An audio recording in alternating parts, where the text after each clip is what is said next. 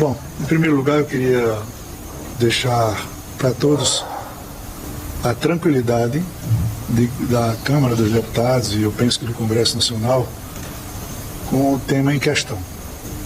Nós precisamos relembrar que tudo o que foi feito em cumprimento à decisão anterior do Supremo Tribunal Federal, foi observando a Lei Complementar 210, sancionada pelo Presidente da República, e mais do que isso, o procedimento do encaminhamento da relação do apadrinhamento dos líderes da Câmara e dos líderes do Senado, eles obedeceram a um critério rigoroso de análise do Gabinete Civil, da SAGE, do Ministério da Fazenda, do Planejamento e da AGU. Portanto, nós esperamos que, com o fim do recesso natalino, os ministros que estão retornando possam esclarecer, junto a todos vocês, os procedimentos, como foram feitos, como foram tratados, fruto daquela reunião que houve numa segunda-feira com o presidente Lula, quando ele teve a fazer os exames e submeter, naquela reunião com o presidente do Senado, o presidente da Câmara, líderes partidários, ministros, foi acertado todo o procedimento para a liberação orçamentária de 2024.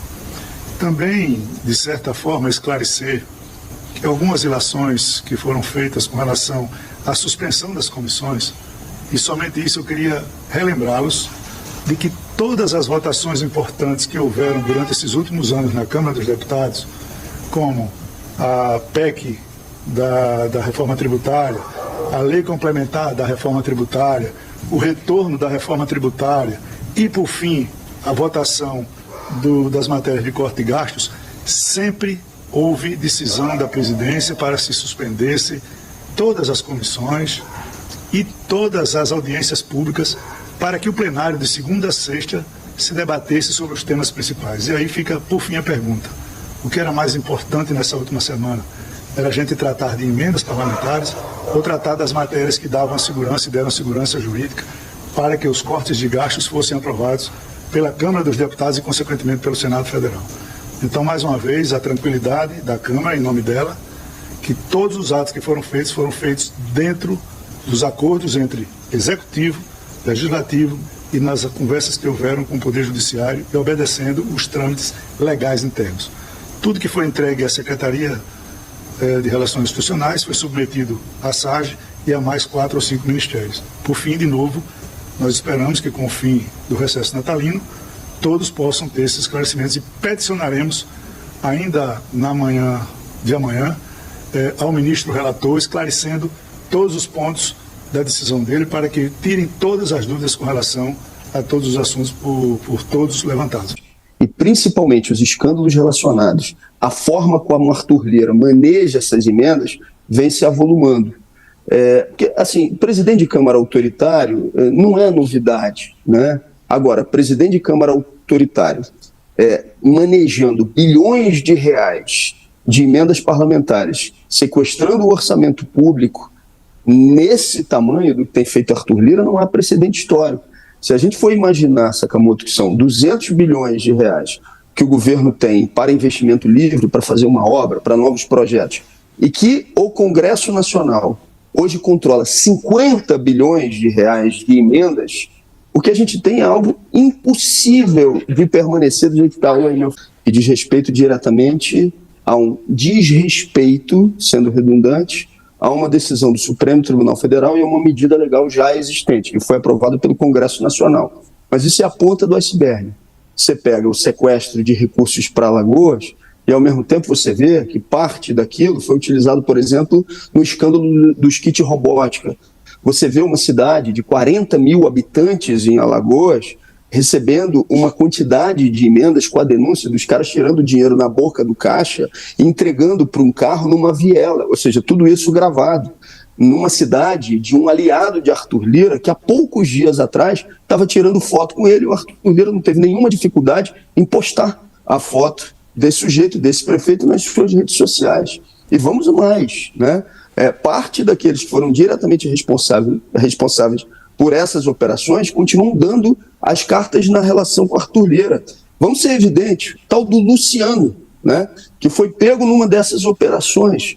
O sujeito foi retirado, da liderança do PP, mas continua dando as cartas nessas relações. E o filho de Arthur Lira é sócio da filha do Luciano, que monta uma agência para prestar serviço a instituições públicas para ganhar dinheiro com esse tipo de relação. Gente, se a gente começar a falar aqui de todas as conexões que tem entre emenda parlamentar, gabinete das lideranças, o que faz Arthur Lira, o enriquecimento que teve Arthur Lira durante a sua vida e o que está acontecendo com as emendas parlamentares, olha, a gente não vai parar. Ele não teve nenhuma dificuldade em ter um monte de fazenda não registrada junto à Justiça Eleitoral na vez em que foi candidato. No apagar das luzes de 2024, Lira convoca uma reunião de líderes, excluindo os do PSOL, para fazer o de sempre, enganar. Até o motivo publicado da convocação é estranho. Diz que é para tratar da eleição da mesa diretora em fevereiro. Não é para isso não, é para ver como burlar a proibição do Flávio Dino, a partir de um mandado de segurança do PSOL, contra o pagamento de 4 bilhões e 200 milhões dessas emendas, sem transparência, indicação, plano de trabalho, rastreabilidade. Olha, eles não sossegam em querer fazer as coisas no sapatinho, sapato furado, pisando na lama que suja o interesse público. Tudo errado.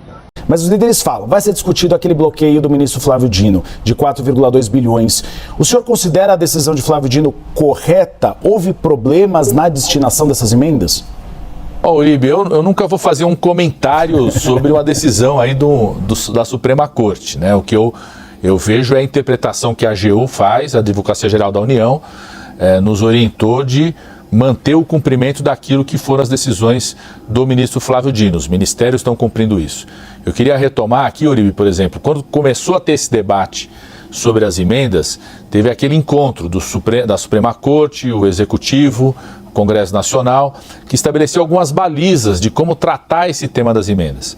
Aí teve aquele projeto de lei, né, que é o projeto de lei complementar que foi aprovado, que eu acho que tem 3 avanços importantes naquele projeto de lei. Primeiro, como eu falei, é enquadrar o crescimento do volume das emendas ao marco fiscal do país. Foi aprovado pelo próprio Congresso Nacional, ou seja, mostra que nós vamos continuar investindo no social, investimento público com responsabilidade fiscal e o Congresso contribuindo para isso. Segundo, acabar com as emendas PIX da forma como elas existiam.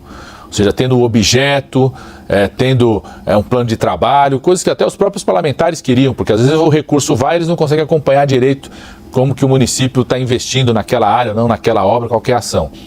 O terceiro, estabelecer que as emendas de bancada são aquelas emendas coletivas do Estado, por exemplo, meu Estado de São Paulo, reúne toda a bancada lá e define 10, 15 emendas coletivas. E as emendas de comissão de saúde, comissão de infraestrutura, têm que estar destinadas aos projetos prioritários que vão ser listados pelo governo. Ou seja, o governo, cada ministério vai listar, né, obras prioritárias, estradas, o esforço, por exemplo, que a ministra Anísia está fazendo na saúde de reduzir filas de cirurgia e exames, como que essas emendas coletivas contribuem para isso. Então, é uma melhoria nesse investimento.